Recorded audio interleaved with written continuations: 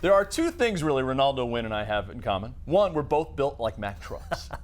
Two, our alma maters both circle the University of Southern California on the football schedule every year.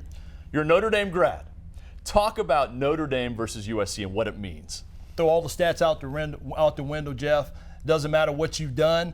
But right here, this game, whether you're having a bad year or not, this game can make you or break you. You've seen first-round picks that weren't first-round picks become first-round picks because of this game.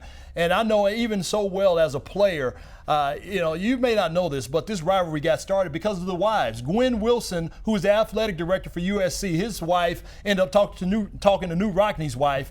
And she said, hey, you should come out and be a little bit warmer during the wintertime. And that's how I got started, man. And the only reason why I know that because Lou Holtz he made every freshman take a test coming into the game. And you had to know certain facts about this rivalry. And if you didn't know it, you weren't going on the game, or you weren't going on the trip, neither was you going to play. Okay, so that begs the obvious question. How did you do on the test? I passed, man. I played in the game, so I passed. I took one off. What's he going to say? He's going to say, no, this guy's not going to play against USC? Really? I think you passed the initial test, which was you're 6'3", 290 pounds, right? Give me a memory you have of these battles against USC you had. Well, I tell you, one of the great memories was Reggie Brooks, who at that time had a flu infection, and nobody thought he was going to play in the game. He was down at USC, and Reggie rushed the ball for over 200 and something yards, had an unbelievable game. And then I'll never forget, my senior year where, we were on the roll. We had never lost to USC.